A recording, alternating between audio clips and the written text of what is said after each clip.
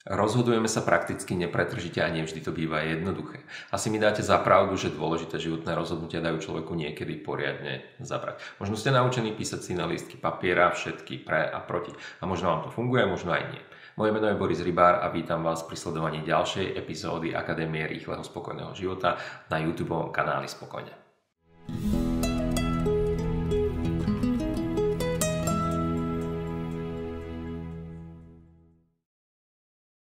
Ak pri svojom náročnom rozhodovaní pociťujete strach z prípadných dôsledkov zlého rozhodnutia, môže byť užitočné, ak sa pozriete aj na ďalšie veci, ktoré tam môžu byť prítomné. A možno tam spozorujete akési odmietanie neznámej alebo neželanej budúcnosti. To je takéto myslenie typu takto to nemôže byť, to je jednoducho nepriateľné. K tomu sa zvykne pripojiť aj potreba kontroly, a teda snaha vyhnúť sa tomu, ako to byť teda v budúcnosti určite nemôže. No a pokiaľ sa snažíte kontrolovať aj niečo, čo pod kontrolou v skutočnosti ani nemáte, tak je celkom prirodzené, že sa dostaví aj pocit bezmocnosti. Ak je toto váš prípad, tak potom už o svojom rozhodovaní viete niečo dôležité. A síce, že náročné rozhodovanie býva často spojené so strachom z dôsledku zlých rozhodnutí. Ďalším typickým vzorcom náročného rozhodovania býva situácia, kedy je človek z rozhodovania vyčerpaný. Pokiaľ sa na tú situáciu pozriete podrobnejšie, zistíte, že tam existujú alebo sú prítomné aj ďalšie veci.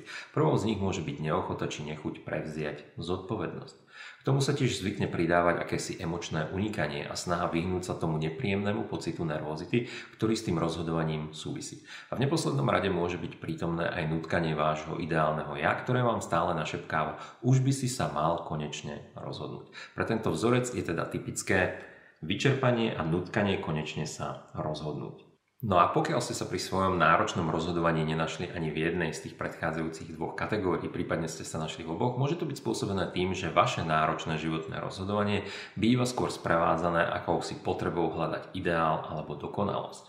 Je to skrátka tá situácia, keď človek chce všetko alebo nič. Pre tento vzorec je typické myslenie, buď sú veci dokonalé, alebo nestoja za nič. Je to skrátka vzorec rozhodovania, pri ktorom sa vám žiadna z možností, ktoré pred sebou máte, nezdá dosť dobré. Ale je principiálne úplne jedno, do ktorej kategórie vaše zložité rozhodovanie patrí. Pretože to, čo môžeme vášmu rozhodovaniu pomôcť, je vlastne skutočnosť, že začnete svoje rozhodovanie pozornejšie pozorovať. Presne tak, ako v tom predchádzajúcom príklade a budete si jednoducho dávať pozor na to, čo vo svojom rozhodovaní uvidíte.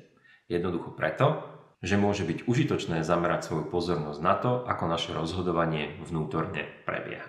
A môžete tak robiť samozrejme sami, prípadne s pomocou nejakého kauča alebo mentora. To je na dnes všetko. Pokiaľ sa vám video páčilo, prihláste sa prosím k odberu. A prípadne sa môžete prekliknúť na môj web www.spokojne.sk, kde nájdete ponuku produktov a služieb v oblasti osobnostného rozvoja. Teším sa na vás, majte sa spokojne.